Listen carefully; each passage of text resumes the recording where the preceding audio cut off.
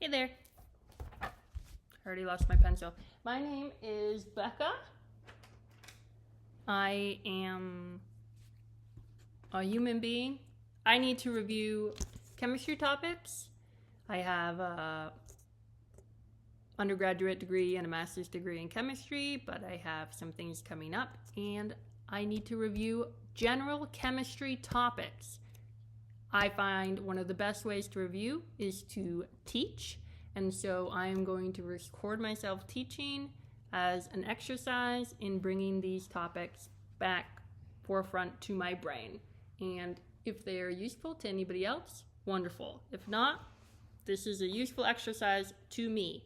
If you are learning general chemistry or any form of chemistry, a tip, teaching other people will cement it in your brain. There is a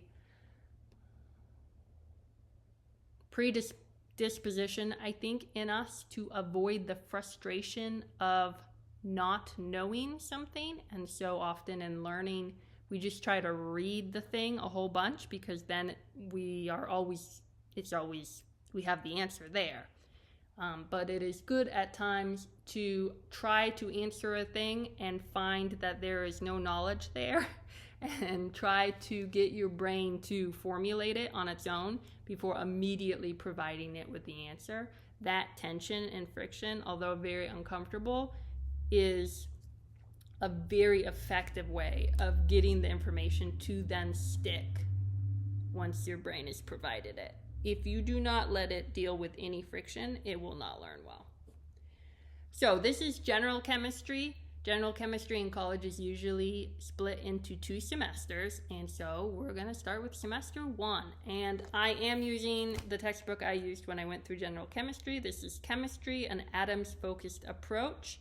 My copy is the 3rd edition because I am old, so if I reference a specific page, it is probably not the same page as the newer editions, but that's fine.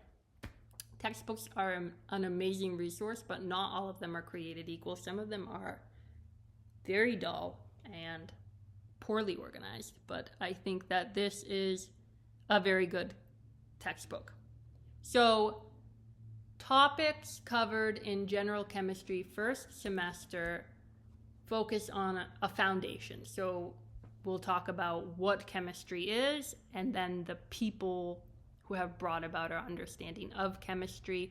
We'll talk about why chemists are so interested in measuring things. And then, of course, we'll talk about atoms, ions, molecules. This is all called atomic theory, our understanding of the world being made of atoms. We'll talk about atomic structure, chemical bonding. Within chemical bonding, we have different bonding theories and molecular geometry. We'll talk about intermolecular forces, and we'll talk about stoichiometry. And then we will probably also get to properties of gases.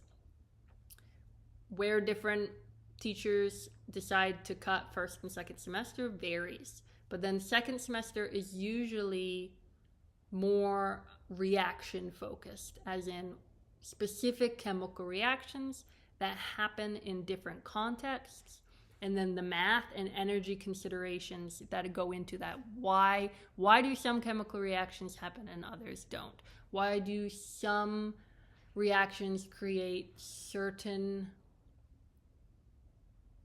compounds? There's groupings of chemical reactions that all happen in similar ways. So like, I'm sure you've heard of some. A very major grouping is acid-base reactions. Big reactions. Broad topic. We're going to learn it all real fast. Some of these topics, like acid-base, if you pursue chemistry, they will come back over and over and over and over again. So if you do not fully master them in general chemistry, do not give up. You will have more opportunities, but also the better you master them now, the easier some of those later concepts will be because you will not have to relearn it. But you will have the option to relearn it many times. And so, chemistry, what is it? Chemistry is the study of what stuff is made of. And I think that it is the best science. You do not have to agree with me. That's okay. I really like chemistry. When I started college, I knew that I loved science, but I did not know where that would lead me. And I took general chemistry my first semester, and that was that. I love chemistry in that it is both descriptive and inherently interested in the why things happen. I found biology to be a bit too descriptive to me, a bit too concrete. And I found physics to be too abstract. Physics, science in general, the language we use is mathematic at its base. But not all of us are naturally as fluent in that language. And I got to a certain level in chemistry that I was unable to get to in physics because my brain could not seem to hold the math. And that is not to say that I could not have done well in physics, but the amount of effort was prohibitory and painful. And sometimes we don't have to do the thing that is the most painful. And chemistry, although difficult, clicked and has been a joy. And I have gotten distracted from what I was saying because I got excited about chemistry. Also, forgive if you hear background noise. I do have a dog, and he is a doofus. Okay, chemistry. What stuff is made of? We should read an actual definition. The dictionary. Chemistry, defined as the branch of science that deals with the identification of the substance of which matter is. The identification of the substance of which matter is. The investigation of their properties and the ways in which they interact, combine, and change, and the use of these processes to form new substances. You could also think of it as the science of how everything is made of smaller things and how they combine. Our textbook defines it as the study of the composition, structure, and proportions of matter and of the energy consumed or given off when matter undergoes change. In studying chemistry, you will come to realize that our understanding of structure and also our understanding of energy defines pretty much everything we know about why things happen chemically. Chemical reactions, structure, energy, stuff. Okay, so people have wondered what the world is made of for a very long time. And our modern understanding of the world is atomic focused. That's why this textbook is called Chemistry, an atoms-focused approach. Atomic theory is forefront to how we as modern humans understand the world. The concept of atoms, I think, can be traced back, the farthest I know is to the ancient Greeks. And they proposed a theory that matter was composed of indivisible particles, and they called those particles atoms. Their understanding of indivisible, I think actually they called them indestructible particles. But what in that they meant that they were indivisible. Like this was the unit, that you could not cut into smaller units. It was the thing. And now we know that atoms are indeed made of smaller units, that the atom is not the smallest building block of our world, which is what they thought. But it is our first concept of an atom. And then our concept has grown exponentially from there. I'm going to quickly grab the charger to my computer, and I am not even going to pause this because it will make me start over.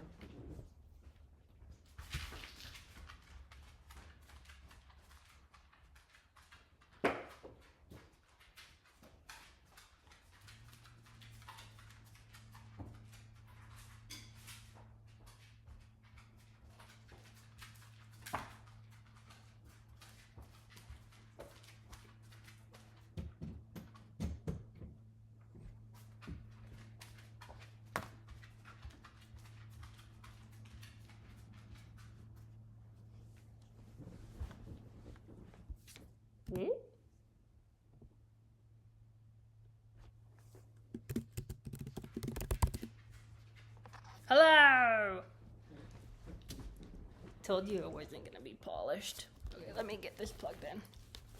Then we'll go back to learning things.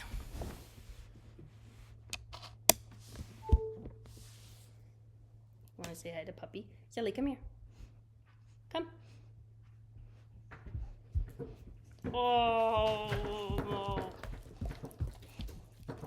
Okay, you got the attention you needed. All done.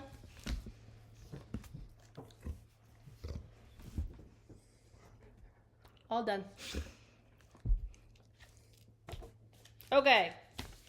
Let's talk about people who said stuff.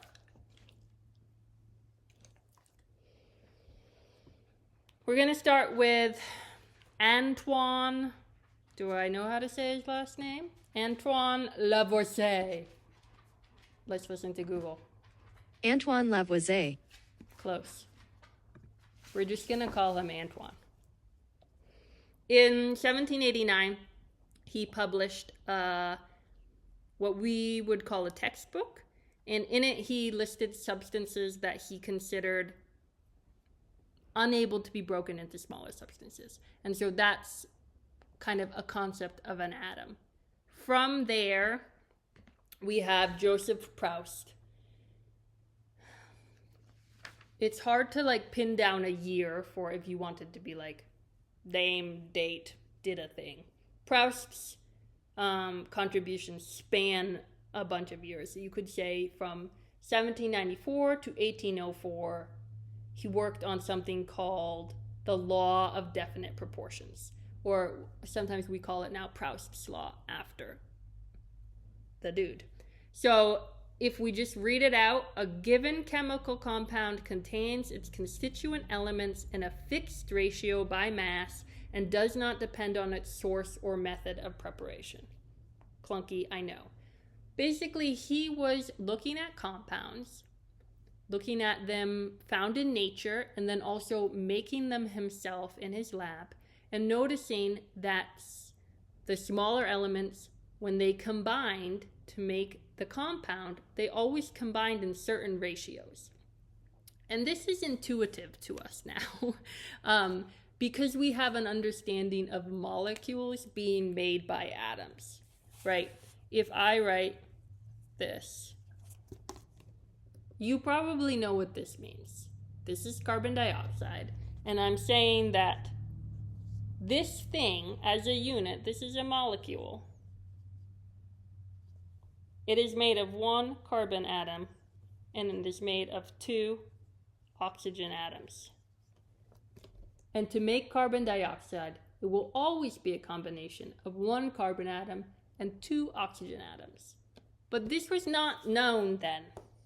Molecules, atoms, just ideas. And so Proust, I hope I'm saying his name right. You can look it up.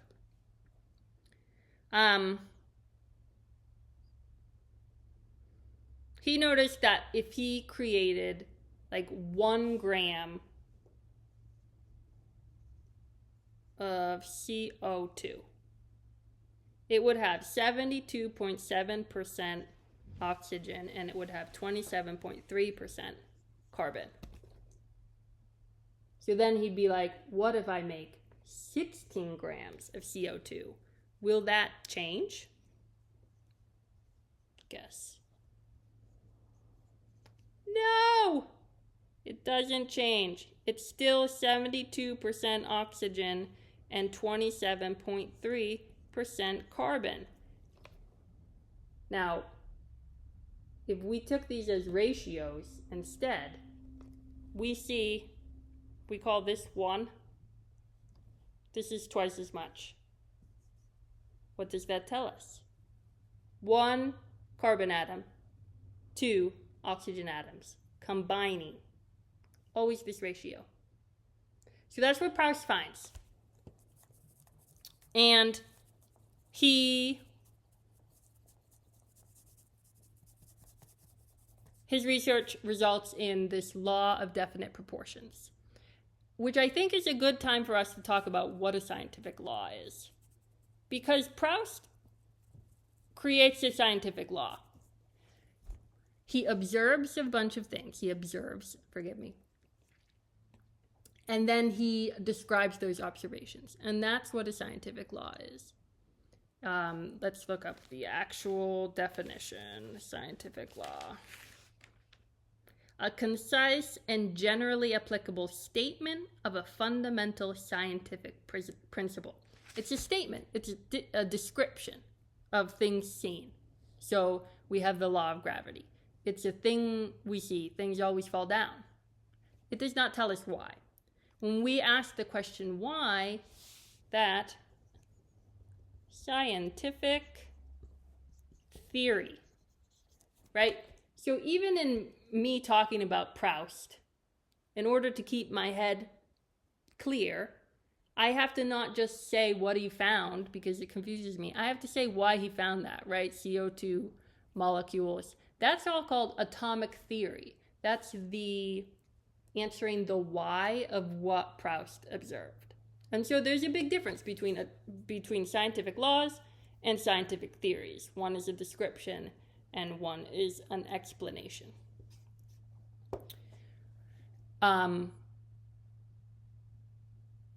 Developing theories and laws are the scientific method, and some classes have you go over what the scientific method is. I guess we could do that very simply. Scientific theories, they usually start out as like a tentative explanation of why a set of experimental results were obtained or a particular phenomenon was observed. And then that tentative explanation is called a hypothesis. And then the hypothesis is tested. More results, modify the hypothesis, test it again, analyze more results, modify the hypothesis. Other people test it, modify, test, modify, test, modify, test, modify. Scientific theory. There you go. Perfect. All done. So we have Proust. He's given us a law. He's given us a description. Now we need someone to tell us why. And that someone is John Dalton. 1803.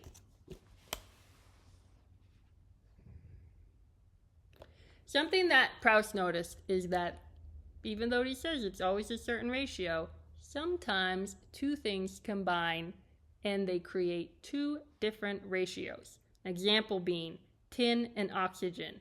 It would either combine in 88.1% tin and 11.9% oxygen, or it would combine in 78.8% tin and 21.2% oxygen.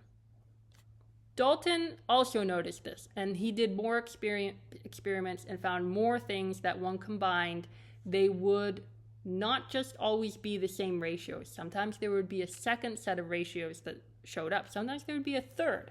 And so what he noted was that when these multiple compounds formed, they would differ by ratios of small whole numbers. So things like 1, 2, 3.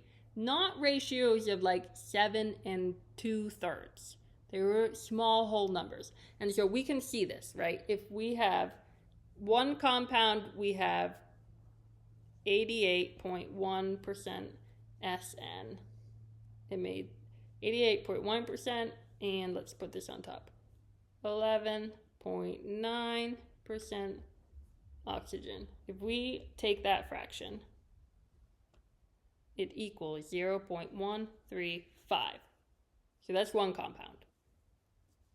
Then it also made one that had 21.2% oxygen and 78.8% SN, which is 0.269. Now, what do we notice? This number and this number. This is basically twice this. So we could say this is a 1-to-2 ratio. Small whole numbers. Now, to us, this makes sense, right? Because there's atoms, and sometimes they combine in slightly different ratios to make different molecules. And so we have one that's combining one atom of tin to one atom of oxygen, and one that's combining one atom of tin to two atoms of oxygen. We understand this. But Dalton saw this, and he also came to the same conclusion. He proposed elements are composed of atoms. And that's kind of a confusing statement, because now our definition of element is different. And so what he meant by elements is what we now mean by molecules. So this is where we get atomic theory. It's from Dalton. Molecules are composed of atoms. And by looking at these ratios, we can come up with the chemical formula. So Dalton is key. That's 1803. Then we have Robert Brown, who I'm going to mention because he leads us to Albert Einstein. And you might have heard of Brownian motion. In 1827, Mr. Brown notices that, he's a botanist, I believe. He notices that some pollen he's studying through a microscope is moving, it's jiggling, and he cannot explain why. Like, his instruments aren't moving. He looks at all the details. He cannot explain why the pollen is moving. And then in all the way in 1905 is when we get atoms definitively proven, and it's by Albert Einstein. And how he does this is he shows that he can predict exactly how that pollen was moving by mathematically showing the movement of tiny particles hitting it, which we now know of as atoms. So Einstein showed that there's little particles zipping around, and they move stuff. So stuff is made by smaller stuff. And that is a very brief and not very well done explanation of how we know atoms exist.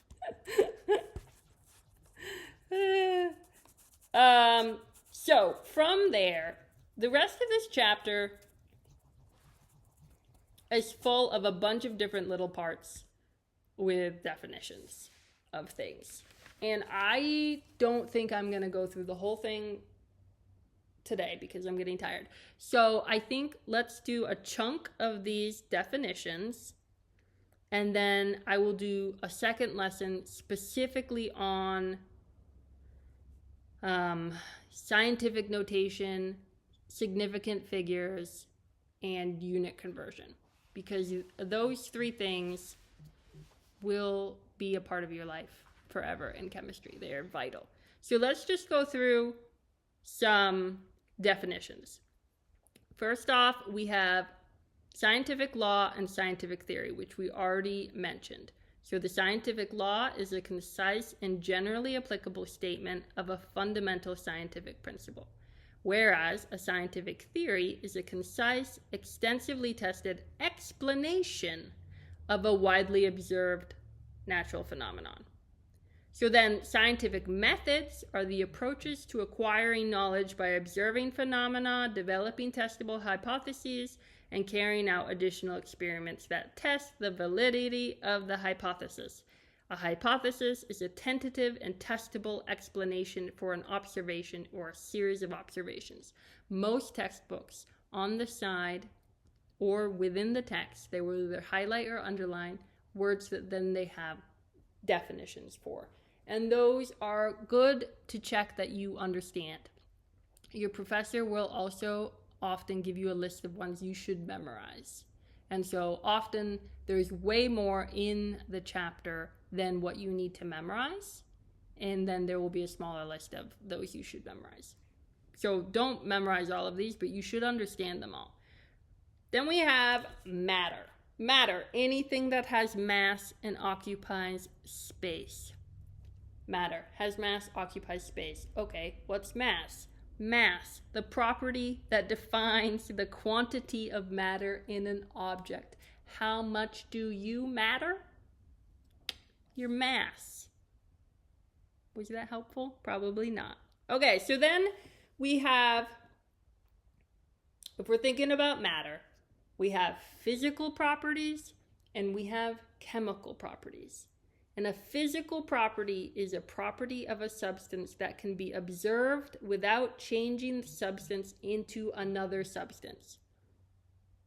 Right? If I chop a piece of wood in half, I have physically cut it in half, but both sides are still wood. If I burn the wood, on the other hand, I had wood at the beginning, and now I have ash. And that ash is not the same as the wood. It's a different chemical composition. That would be a chemical change, versus the chopping it in half would be a physical change. So we have physical, and then we have chemical. Then we also have intensive property and extensive property. An intensive property is a property that is independent of an amount. No matter how much or how little of the thing you have, the property is the same. Like the wetness of water. That is an intensive property. It is wet no matter if you have lots of it or a small amount of it.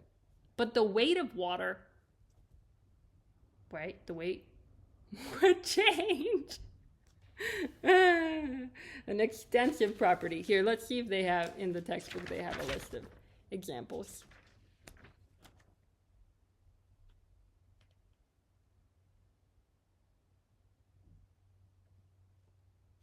Yeah.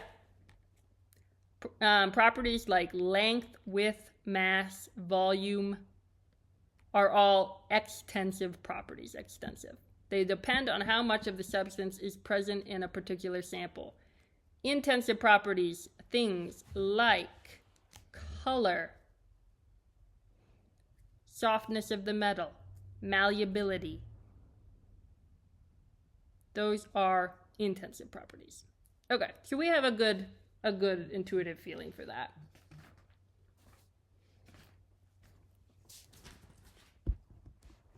Sorry, somebody's texting me and I can't find my phone.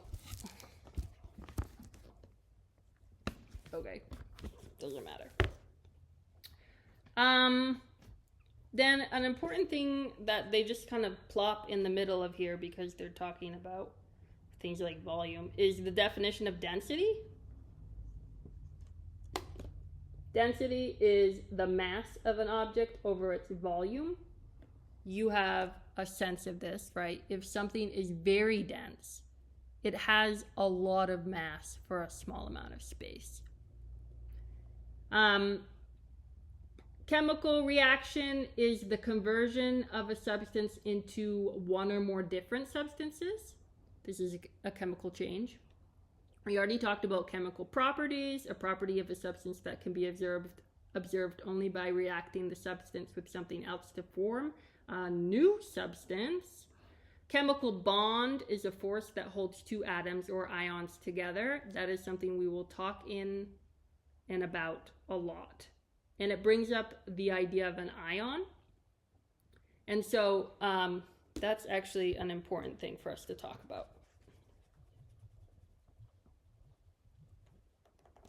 The next chapter, we will go over this way more, but element, atom, molecule, ion. These are key.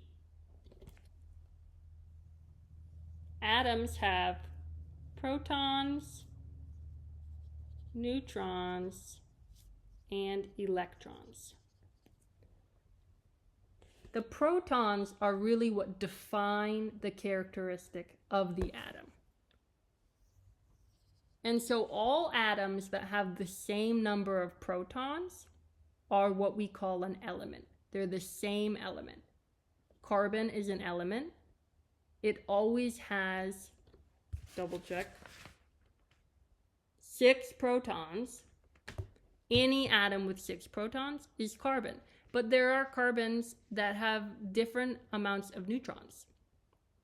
And so when we say element, we're talking about all the atoms that have the same number of protons, because that's what it is defined as. So then atoms, when they combine together, they make bigger things. They're called molecules. And if a molecule has a charge, a positive or a negative charge, that will be an ion. So then we have mixture, which is a combination of pure substances in various proportions in which the individual substances retain their chemical identities and can be separated from one another by physical processes. So a mixture, we add ink and water together. They're going to mix together, but we could separate those back out. And if they mix together perfectly, like well distributed, that's called homogeneous. Whereas if they mix together not evenly distributed, like if you swirled sand in water, there would be more sand in some parts than other parts. That's a heterogeneous mixture. So homogeneous, distributed uniformly; heterogeneous, not distributed uniformly. So when we have mixtures, what if we want to get those constituent parts from the mixture back out into their individual parts? That is separation techniques. And the textbook briefly mentions 3. It talks about distillation, it talks about filtration, and then it talks about chromatography. Distillation is the process of using evaporation and condensation to separate a mixture of a substance with different volatilities. So a volatility is how easily a substance vaporizes.